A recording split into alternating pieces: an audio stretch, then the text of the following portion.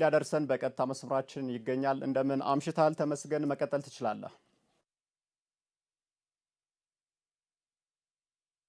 አመሰግናለሁ ንጉሱ። እንደምን አምሽታችኋል ውድ ተመልካቾቻችን። ልዩነቶች ተከሽነው የሚያደምቋት ኢትዮጵያ እንግዲህ የተለያዩ ሃይማኖቶች፣ የተለያዩ ቋንቋዎች ይከወኑባታል። በተለይ ደግሞ በተለያዩ ቋንቋዎች የሚከወኑ ሃይማኖታዊ ትውፊቶችና ድርጊቶች በርካቶችን የሚስቡ ለበርካቶችም ትርኢትን የሚያሳዩ ከዚህ በተጨማሪ ኢትዮጵያ የቱሪስት መስህብ እንደዚሁም በርካቶች አይን ማረፊያን ትሆን ዘንድ ተመራጭ ያደርጋታል። አዲስ አበባም ታዲያ እንግዲህ የተለያዩ ብሔር ብሔረሰቦችን የተለያዩ ቋንቋዎችና ሃይማኖቶችን በአብሮነት አሰናስላ የያዘች እጹብ ድንቅ ልትባል የምትችል ከተማ ናት። ዛሬ ላይ ደግሞ የኢትዮጵያ ካቶሊካዊት ቤተክርስቲያን አማኞች እንደዚሁ በተለይ ስብከትን እንደዚሁ ደግሞ ትውፊትን አድርገዋል።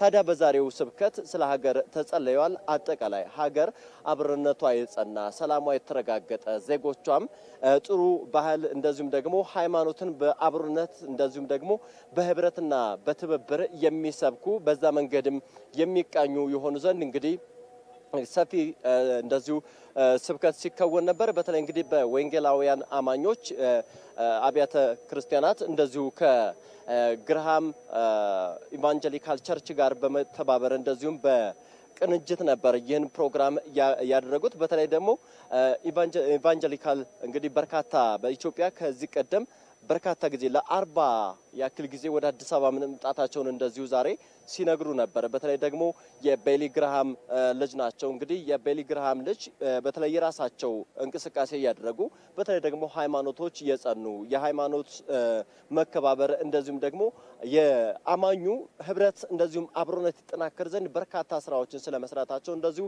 ሲገለጽ የነበረበት ነው። እርሳቸውም ስለ አዲስ አበባ በተለይ የተወሰኑ መረጃዎችን ሲገልጹ ነበር። በተለይ አዲስ አበባ እንግዲህ ከዚህ ቀደም ለ40 ጊዜ ያክል መጥቻለሁ። አሁን ላይ ደግሞ እንደዚህ ሰዎች እንደዚሁ አማኞች በህብረትና በአብሮነት ተሰባስበው ፈጣሪያቸውን ሊያከብሩ ፈጣሪያቸውን ሊጸልዩ ስለ ፈጣሪያቸው እንደዚሁ በአብሮነት ተሰናስለውና በህብረት ደምቀው ፈጣሪያቸውን ምህረትን ጸሎትን ሊያደርጉ በዚህ በመሰባሰባቸው ከፍተኛ ደስታ እንደሚሰማቸው እንደዚሁ ሐሳብን ገልጸዋል። አማኞችንም እንደዚሁ ለማናገር ሞክሬ ነበር። በተለይ ምን አይነት ትውፊት ወይም ደግሞ ምን አይነት ሐሴት ፈጠረባችሁ ስለ እንደዚሁ ሐሳብን ጠይቃቸው ነበር። እነሱም በዛሬው የጸሎት መርሃ ግብር ላይ በመገኘታቸው በርካታ ነገሮችን ማግኘታቸውን በተለይ ደግሞ የሰው ልጅ በሃይማኖታዊ አስተምሮ መሰረት መከባበር፣ መተማመን እንደዚሁ መዋደድና ለሀገር አብሮነት እንደዚሁም ጽናት መትጋትን ተምሬበታለሁ የሚሉ ሐሳቦችን ሲሰነዝሩልኝ ነበር። በተለይም ደግሞ የእምነቱ አባቶችም እንደዚሁ መልእክት ሲያስተላልፉ ነበር።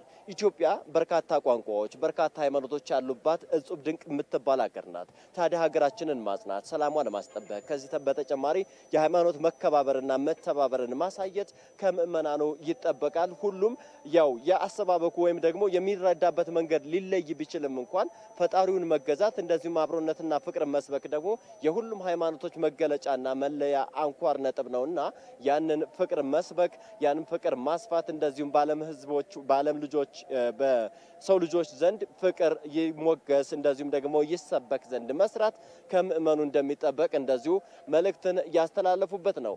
አዲስ አበባም እንግዲህ በተለይ የቋንቋ የሃይማኖት እንደዚሁም ደግሞ የአፍሪካ እንደዚሁም የዓለም የዲፕሎማት ማዕከል ናትና ምናልባት ያን ባከበረ ባስተጋባ መልኩ በድምቀት ስታስተናግደው ውላለች። አዲስ ሚዲያ ኔትወርክም በተለያዩ አማራጮች እንግዲህ ሽፋን ሲሰጠው ሌሎች መገናኛ ብዙሃንም እንደዚሁ ትኩረት ሰጥተው ሲዘግቡበት የነበረ አበይት ጉዳይ ነው። እኔም የነበረኝ መረጃዎች እነዚህ ናቸው። አመሰግናለሁ። ተመስገን፣ ላደረስከን መረጃ እጅግ አድርገን እናመሰግናለን። መልካም ምሽት ይሁንልህ።